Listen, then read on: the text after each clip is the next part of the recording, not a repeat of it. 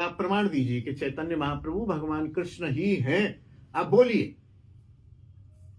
गोस्वामी जी ने कहा बिल्कुल मैं बोलूंगा।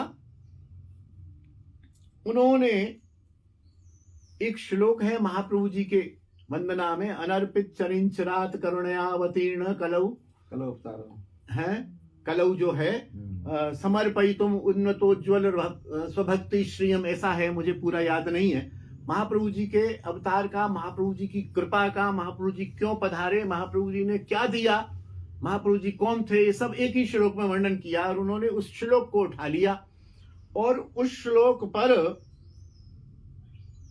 लगातार 8 दिन तक व्याख्या करते रहे और स्वामी जी सुनते रहे और उनकी आंखें चौड़ती रही प्रमाण देके, वेदों का, पुराणों का, शास्त्रों का प्रमाण देके वे 8 दिन तक उस श्लोक की व्याख्या करते रहे।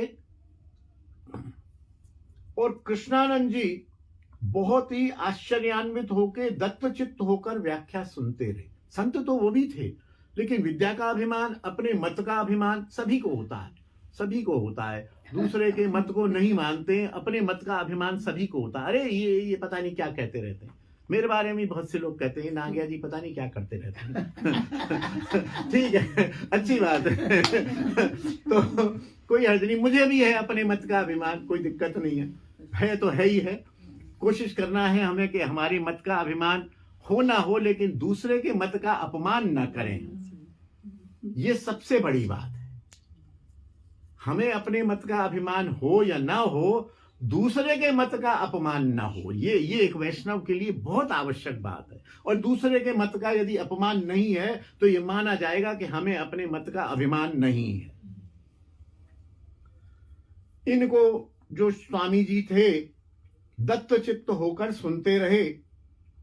8वें दिन सभा में ही उठकर श्री गोस्वामी जी ने आंखों में अश्रु लाके बड़े विनम्र स्वरों से उन स्वामी जी ने गोस्वामी के चरणों में समर्पण कर दिया, प्रणाम कर दिया, दंडवत कर दिया। प्रभु आपने मेरी आंखें खोल दी, मुझे समझ आ गया कि श्री चैतन्य महाप्रभु साक्षात राधा कृष्ण मिलित अवतार हैं, तनु हैं, और मुझे भ्रम था और मैं वेदांत के सूत्रों में और अहम ब्रह्मास्मि, मैं भी ब्रह्म तू भी ब्रह्म, इसी में ही था।